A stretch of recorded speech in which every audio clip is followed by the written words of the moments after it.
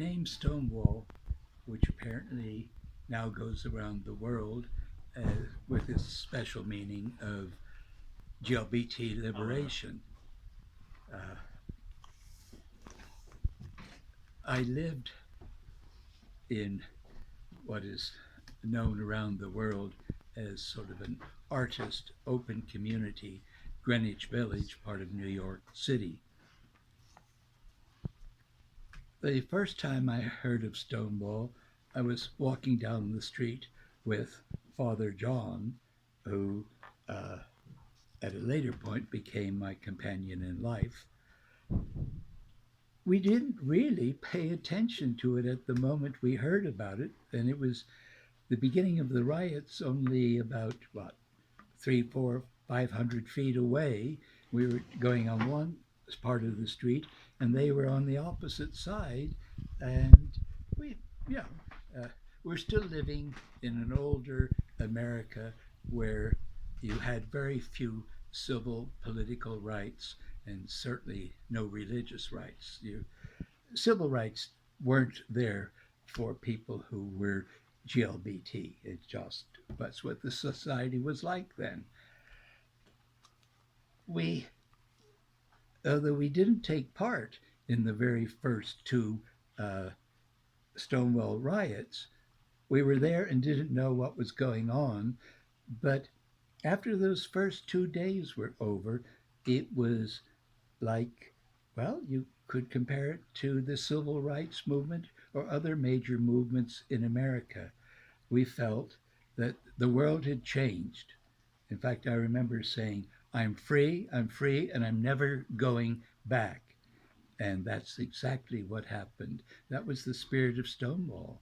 It was electrifying. It was an electrifying time to be alive. It was exciting to see all this change and all that was occurring uh, back at that point. Uh, Gay people had, there had been organizations and things. I'm not saying it was totally new, but by and large, as a mass movement, it was new. And the main thing was to feel the world had changed and one didn't have to go back into the so called closet or be beholden to sets of rules that were really by then antiquated. If you were, as I felt, and when I started the church work, was on a very basic, almost simplistic system. God is love, and God loves all of his creation, and that included all of the GLBT people. And from then on, it just taking hold of that statement meant we were free to see a new world, a change. And I found myself no longer exactly young, but the beginning of middle age. But I was still willing to go out and go on demonstrations. We called our parish as we do today, Church of the Beloved Disciple, which is St. John. Uh, so we had this big banner, and if there was a demonstration going on, there was our banner all the time, hopefully right in the forefront, because you think of America as not necessary. We're very open about religion, and we have our first protective amendment about the church cannot say this or that is the religious principles of the country. We had that, but nonetheless, people, still lived in a system where gay people were literally criminals. They were the lowest, by their standards, dregs of society. And suddenly, knowing we weren't these things, but there was a voice, and that voice came out of Stonewall. It takes sometimes one moment that happens to change everything. Excuse me. And that's exactly what happened with Stonewall. And we did feel free, and we were not going to take abuse or disdain from anyone. Uh, we're going our way. If you want to come with us, or if you open up what you're doing to us on an equal level, fine. But we were no longer a suppressed group. I'm not going on about, waving flags about America first, but our Constitution was fluid enough that it could accept all people, and we were saying it had to accept us in our humanity. And it all happened with one flashpoint, and that flashpoint was Stonewall. And it changed our lives, it changed America. And if you're talking about a Stonewall movement in Poland, I hope it has changed your life and your world too, for the better. And that it's a positive movement. It's it's still with us. Uh, I'm old enough to remember it, and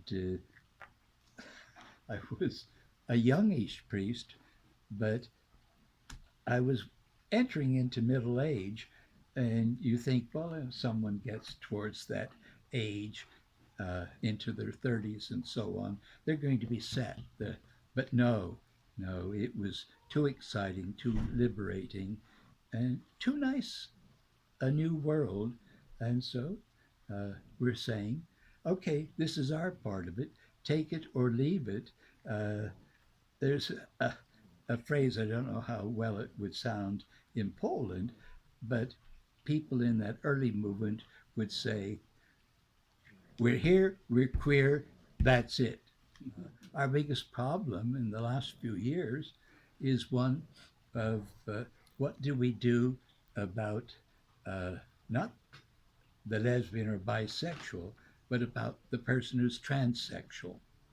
And with the acceptance and understanding, it was like a little revolt a few years ago by people saying, well, you use these words GLBT, but the trans community doesn't seem to be an accepted or wholly accepted part of it. So today, with the way things are, I think we're pretty inclusive of everyone that comes under that label, that umbrella. And it's nice to have been alive and nice to have lived long enough from being a presumed uh, criminal and someone badly in need of confession and absolution to being a whole person in a much more accepting society and into a church that, well, if uh, Francis says, who am I to pass judgment?